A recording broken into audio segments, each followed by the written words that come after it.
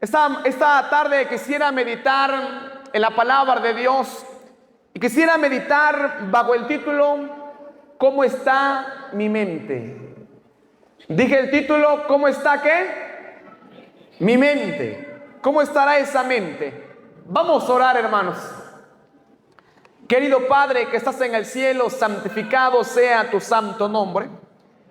Esta tarde hemos iniciado con un concierto de cuerdas que alaban tu santo nombre. Cantos hermosos, Señor, que nos hacen reflexionar y nos hacen pensar en cada letra de cada himno que ellos entonan. Pero también, Señor, hemos visto a esos muchachos que han participado aquí. Dale conocimiento, pero sobre todo dale sabiduría a cada muchacho que ha participado enfrente en la matutina, Señor. Que ese conocimiento que ellos han adquirido no solamente sea por participar, sino que lo pongamos en práctica, Señor. Por favor, Padre, esta tarde te pedimos que hables a nuestra mente a través de tu palabra. Te lo pedimos todo en el nombre de Jesús. Amén, Señor. La pregunta es, ¿cómo estará nuestra mente? ¿Cómo nuestra mente puede encontrar la victoria en Jesús? Pero para encontrar la victoria en Jesús, tú debes saber qué es lo que hay en tu mente. ¿Qué es lo que estás haciendo con tu mente? ¿Qué es lo que haces para encontrar la victoria allá en tu mente? Y para eso yo quiero invitarte para que vayas conmigo a la Biblia, en el segundo libro de Samuel, allá en el capítulo 11. La palabra de Dios dice que el nombre de él significaba lo que era el amado de Dios. Su nombre significaba el querido o el elegido de Dios. Y la Biblia dice que este hombre fue elegido desde la niñez. Y cuando fue elegido desde la niñez, él fue elegido por Dios. Elegido para liderar a su pueblo como rey. Y la Biblia dice que este hombre llegó a ser uno de los hombres más importantes del Antiguo Testamento, tanto que el Nuevo Testamento así entonces lo confirma. La Biblia dice que este hombre era guerrero. Y este hombre siempre estaba tan cerca de Dios. Este hombre lo alababa con su arpa. Este hombre componía himnos y siempre oraba.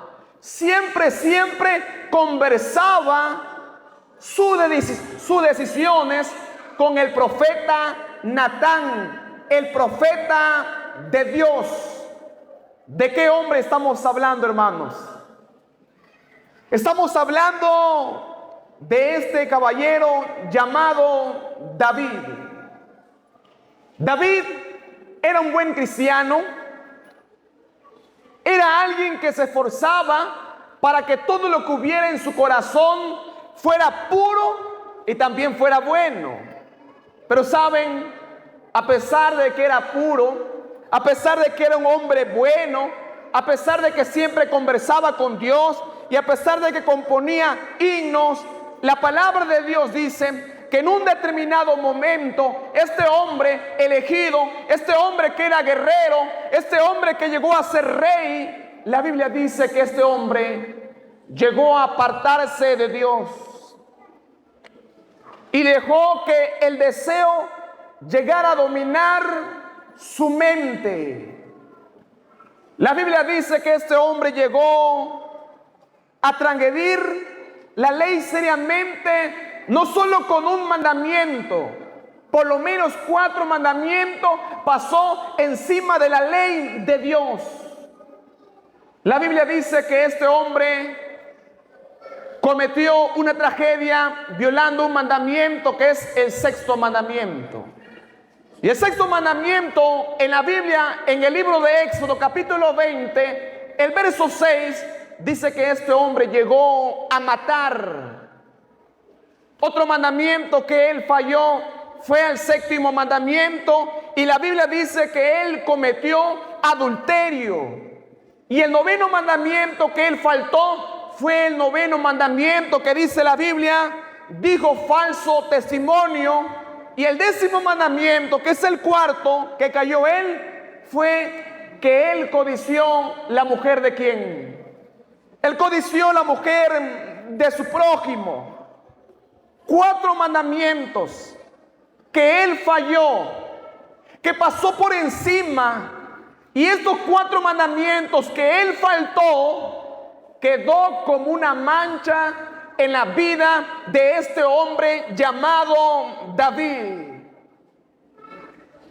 Y de David yo puedo aprender que hay lecciones que nos enseñan que hay ciertos peligros al permitir y albergar malos pensamientos que te van a llevar a la infelicidad. ¿Por qué David cayó si era un hombre victorioso? ¿Saben por qué? Porque David no estaba cumpliendo el papel que le correspondía. No estaba cumpliendo con su propia responsabilidad. Vayan a su Biblia, segundo libro de Samuel 11, verso 1. Dice la Biblia, al año siguiente, al tiempo en que salen los reyes a la guerra, David envió a Joab, a sus siervos y a todo el ejército, y destruyeron a los amonitas y sitiaron a Rabá. Pero David se quedó, dice la Biblia, se quedó en Jerusalén. Mientras su ejército estaba ya en lo que era la guerra, su responsabilidad como líder era estar enfrente de la batalla con sus soldados, con su ejército. La Biblia dice que él había estado antes en la guerra, en el segundo libro de Samuel, capítulo 10, verso 16 al verso 19. Él había estado allá con ellos, pero en esta ocasión David prefirió quedarse en Jerusalén, prefirió quedarse allá en casa. Y sin mucho por hacer, la mente de él estaba vacía. Y en vez de encontrar contenido en Dios, prefirió buscar otras cosas en que ocuparse. David optó por una vida fácil, mientras otros estaban peleando. Y David en ese momento falló. David se quitó la armadura de soldado y cayó en la batalla espiritual por no cumplir con su propia responsabilidad. Y saben, muchachos que están aquí, también nosotros corremos peligro al no cumplir con nuestra propia responsabilidad. Cuando tú eres un joven que no oras, que eres un joven que no estudias la Biblia, eres un joven que no vas a la iglesia, cuando dejas de hacer eso, entonces estás cayendo en la batalla espiritual a punto de ser derrotado porque no estás cumpliendo con tu propia responsabilidad. Alguien dijo, pastor, en los eventos de jóvenes, los sermones tienen que entretener a los jóvenes tienen que reír, tienen que saltar, tienen que hacer esto, tienen que hacer aquello, para que los jóvenes no se salgan. No, mentira. Los jóvenes hoy en día necesitan orar más, pasar más tiempo con Dios, leer la Biblia, participar de las actividades.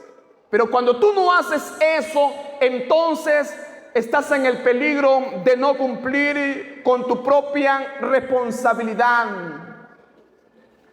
El segundo peligro que yo encuentro en la vida de David es que él estaba en el peligro de la ociosidad. El versículo 2 dice la palabra del Señor: una tarde David se levantó de su casa. La Biblia dice que entonces David se levantó. David despertó, y la Biblia dice que David no despertó en la mañana. David aquella tarde decidió dormir todo el día y se levantó al caer la tarde. Y la Biblia dice que la ociosidad de él lo puso al peligro de la tentación. David no podía dormir. David estaba tan intranquilo porque no estaba donde Dios quería que David estuviera. Y saben, tú vas a descubrir a Jesús cuando entiendas en el lugar que tú estás. Mientras Joab estaba acechando al enemigo en la ciudad de Rabá, Satanás a David lo estaba acechando esa tarde en esa casa. Y saben, mis amigos, Satanás hoy en día tiene bastante trabajo para las manos ociosas. Es mejor mantenernos ocupados. Elena de White dice que una mente desocupada es taller ¿de quién? Es taller de Satanás. Si David no tenía nada que hacer en casa, pudo por lo menos estar orando por el pueblo que estaba en la batalla, por sus soldados. Pudo por lo menos estar leyendo las escrituras. Si David hubiera puesto atención donde Dios quería que él la colocara, nunca le hubiera puesto o nunca hubiera pasado lo que Dios no quería que pasara con este hombre llamado David. El peligro de la ociosidad. David pasó por otro peligro, y este fue el peligro de la segunda mirada. Verso 2 y verso 3. En la época de David no había internet como lo hay en esta tarde, en este lugar. En la época de David no había sitios pornográficos, no había drogas como lo encontramos en el día de hoy. Pero la Biblia dice que cuando David se levantó al caer la tarde, cuando caminó por el balcón, David encontró una pantalla gigantesca, enorme, una pantalla lista entonces para verla. Era una pantalla donde muchos jóvenes hoy en día están quedando atrapados.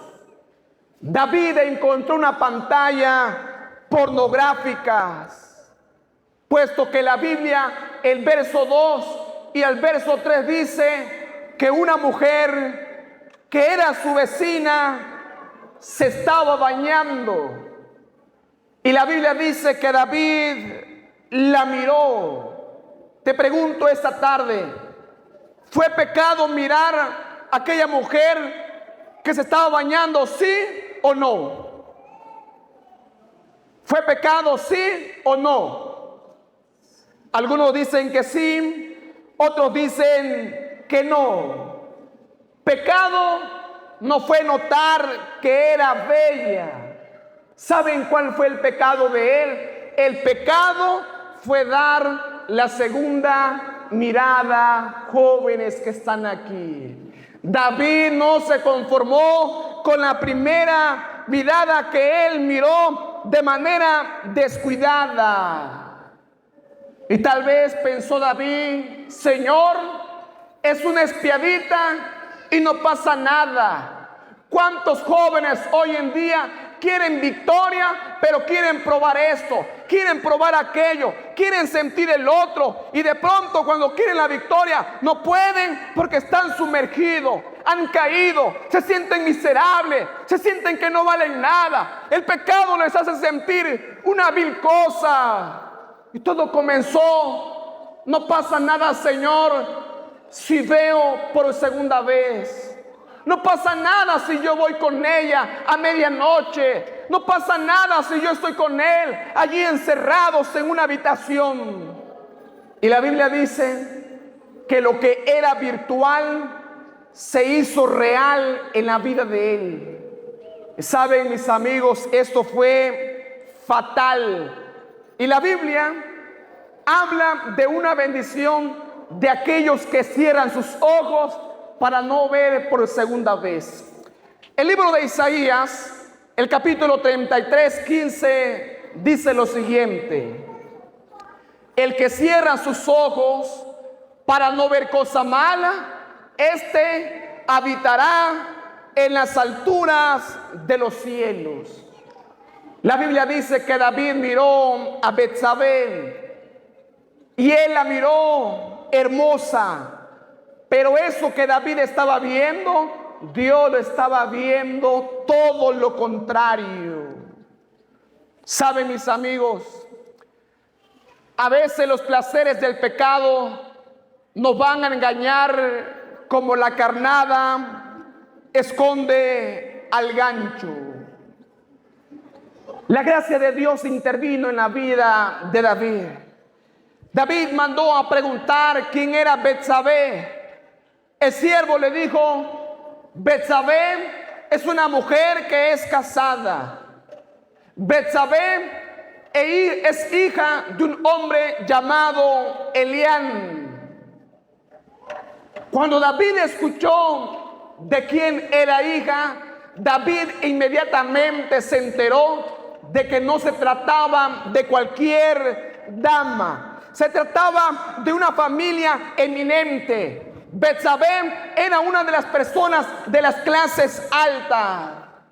Le dijeron: David, su padre es Elián. Y Elián, cuando vas a la Biblia, el segundo libro de Samuel, capítulo 23, verso 34, dice que Elián era uno de los soldados más valientes que David tenía en el campo de la batalla, que peleaba hombro a hombro con él.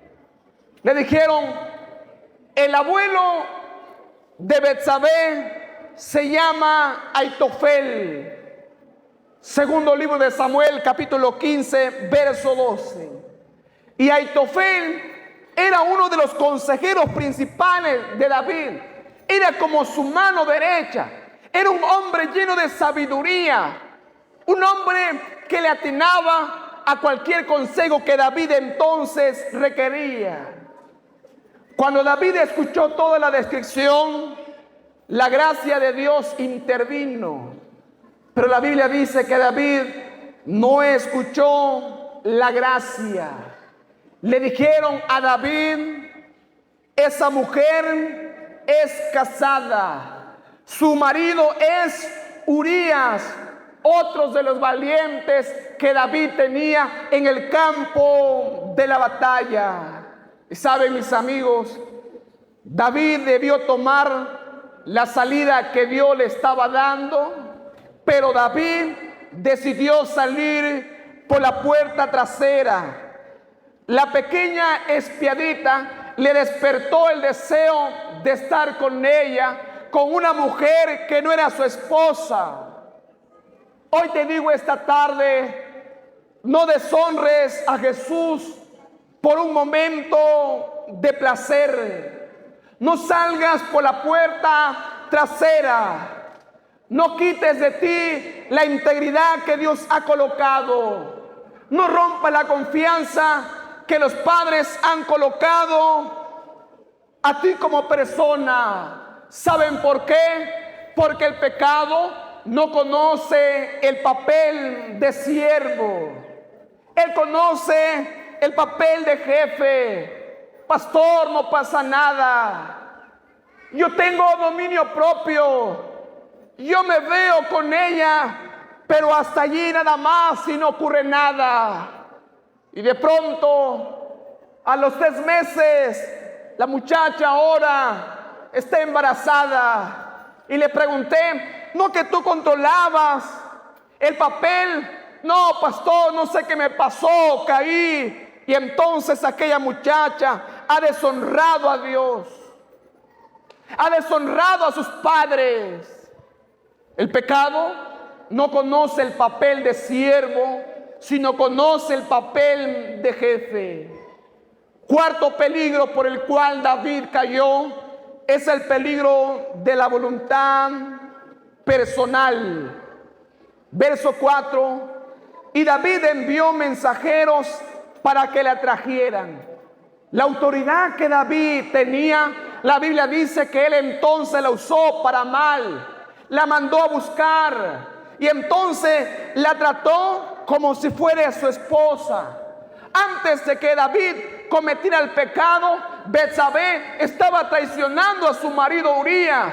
Y David estaba traicionando la confianza que Dios le había colocado en la vida de él. Jóvenes, el pecado es así. El pecado entra por pequeños espacios. Y cuando entra el pecado, toma cuenta de todo. Toma cuenta de dónde es más fácil que tú entonces caigas. Jóvenes, tú no controlas el pecado. El pecado a veces te va a controlar a ti. Y la Biblia dice que el pecado se dio en David porque David impuso su propia voluntad.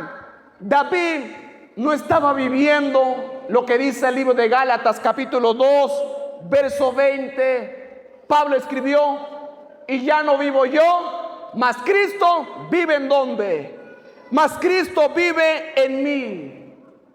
David no tuvo excusas.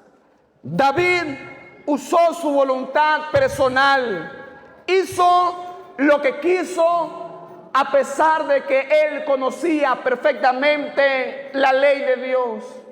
Jóvenes, el hecho de que tú hayas nacido en la iglesia, el hecho de que tú tienes unos buenos padres que están en la iglesia, el hecho de que tú conozcas los 10 mandamientos, eso no te asegura de que no puedas caer en pecado.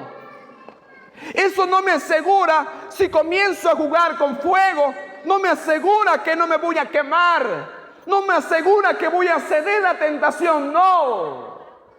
Muchachos, tengamos mucho cuidado, porque el pecado no conoce el papel de siervo, sino el papel de jefe. Quinto peligro por el cual David cayó. La Biblia dice en el versículo 5 y el versículo 6, el peligro de encubrir el pecado. La Biblia dice que entonces David se acostó con ella. David tuvo relaciones con ella. Y la palabra de Dios dice que él cometió pecado. Cuando David cometió ese pecado, ¿qué debiera haber hecho en ese momento? Antes de pecar, él se fuera puesto a meditar en las grandes consecuencias. Pero la Biblia dice que Betsabé quedó, ¿qué cosa? Quedó embarazada. Y la Biblia dice que David, en vez de arrepentirse, en vez de orar, en vez de dejar las cosas en las manos de Dios, David quiso encubrir su pecado para no correr que la verdad saliera a la luz. Hagas lo que hagas debajo del cielo, tarde o temprano la verdad saldrá a la luz. Tú puedes estar haciendo cosas al oculto. Tal vez mamá y papá no saben. Tal vez los líderes de tu iglesia, los encargados, los ancianos, el pastor de mi distrito no sabe. Pero tarde o temprano la verdad va a salir a la luz.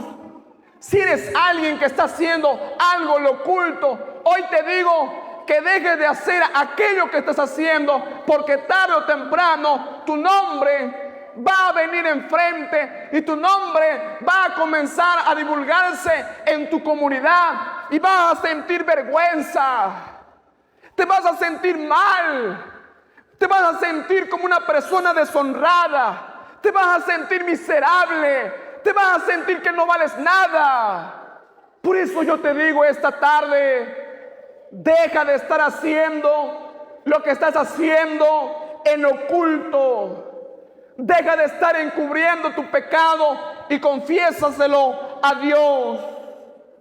La Biblia dice que esta mujer quedó embarazada y David mandó a matar a su mejor soldado que él tenía. Mandó a matar a Urías, el marido de Betsabé, para encubrir su pecado y entonces quedarse con ella. Porque la Biblia enseña que una mujer casada puede quedar libre de su marido cuando su marido entonces muere. Y David dijo, lo planeó todo en su mente y dijo, voy a matar a este hombre y la mujer quedará libre y la tomaré por esposa.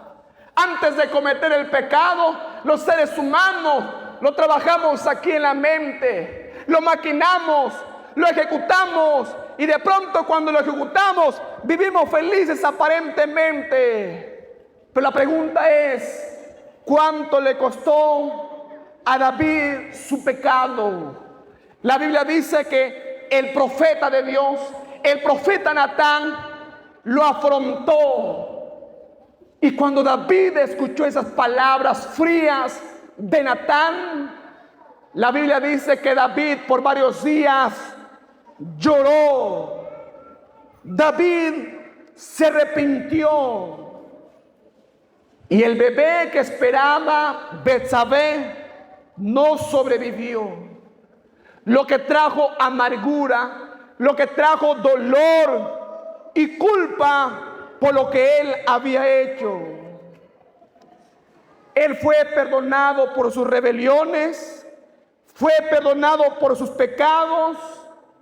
Una cosa es que Dios te perdone y otra es que te toca enfrentar las consecuencias de tu pecado.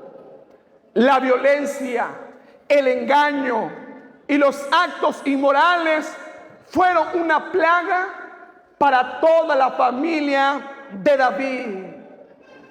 Lecciones que sus hijos tomaron por causa de la decisión que David entonces tomó.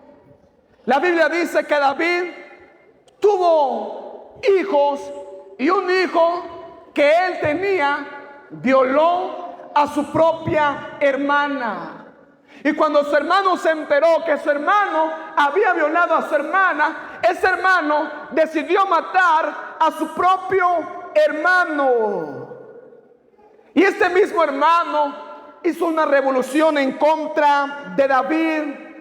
Y la Biblia dice que este hermano durmió con las concubinas que David tenía.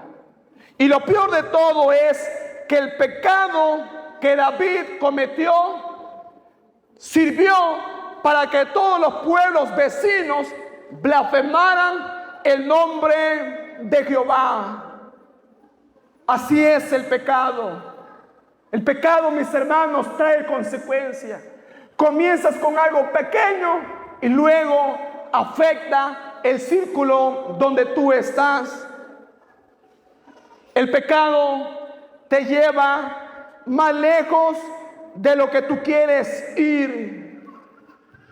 Te detiene más tiempo del que te quieres quedar. Y siempre te cuesta más de lo que quieres pagar. Jóvenes, la historia de David nos enseña que aunque tengamos una vida cristiana, cerca de Dios, un momento de distracción a lo que es al cielo son suficientes para que cualquiera de nosotros caiga en el campo de la batalla y seamos derrotados.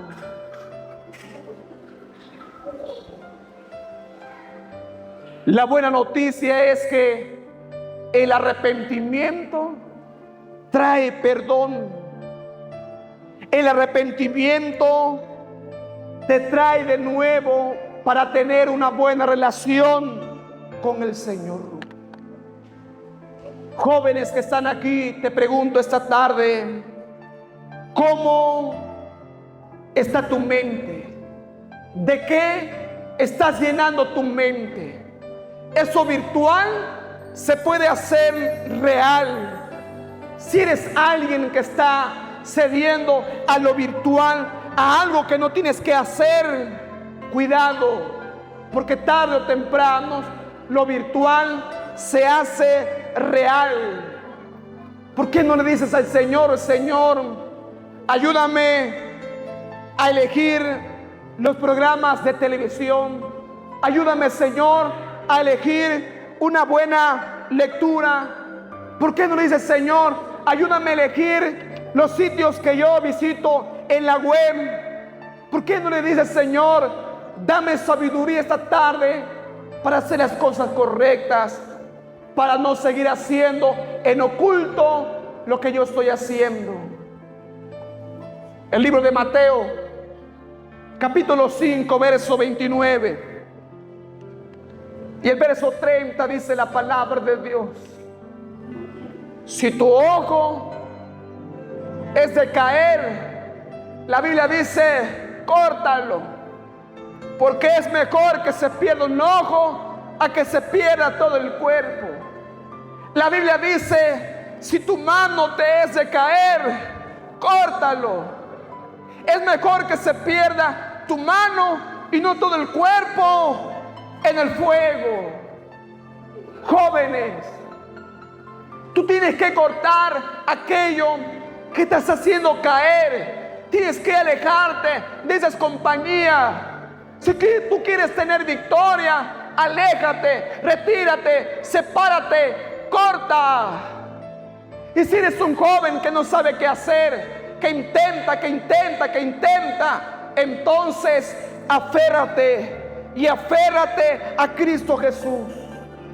Y como dice San Pablo: por lo demás, hermanos, todo lo que es verdadero, todo lo que es honesto, todo lo justo, todo lo puro, todo lo amable, todo lo que es de buen nombre, si hay virtud alguna, si hay algo digno de alabanza, en esto pensad. Piensa en lo que Dios tiene para tu vida. No cambies tu bendición por un plato de lenteja.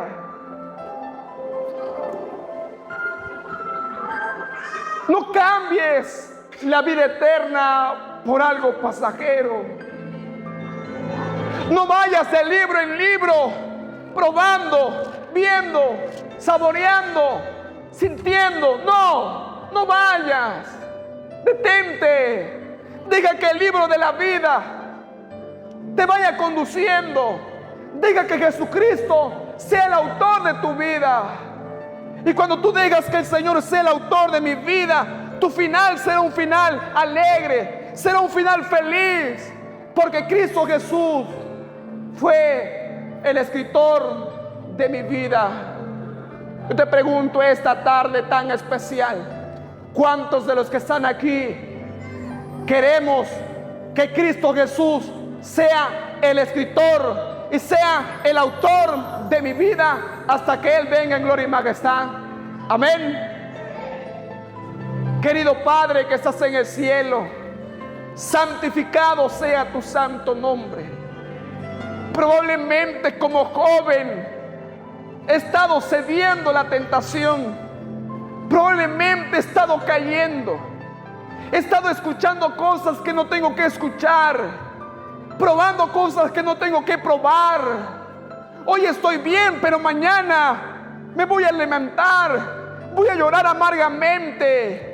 Y yo quiero pedirte, Señor, que ese joven, esta señorita, en su corazón, tú puedas ayudarla, puedas perdonarla y puedas salir victoriosa o victorioso cada vez que vengan las tentaciones, porque juntos contigo podemos encontrar victoria hasta que vengas en gloria y majestad. Guarda a toda esta juventud, guarda a cada padre que vino a este lugar, que está preocupado por los hijos, está preocupado por la familia. Hoy, Señor, colocamos todo en tus manos y hoy nos levantamos de este lugar diciéndote: Señor, Ya no más voy a volver a hacer eso. Ya no voy a probar aquello. Ahora voy a hacer todo lo que es digno de alabanza, que glorifique tu santo nombre. Perdónanos, Señor, si Él te ha fallado, si yo te he fallado, pero a partir de ahora me tomo de tu mano hasta que vengas en gloria y majestad. Te lo pido todo en el nombre de Jesús, quien para usted sea la honra y la gloria por los siglos de los siglos. Amén, Señor. Que Dios bendiga la juventud.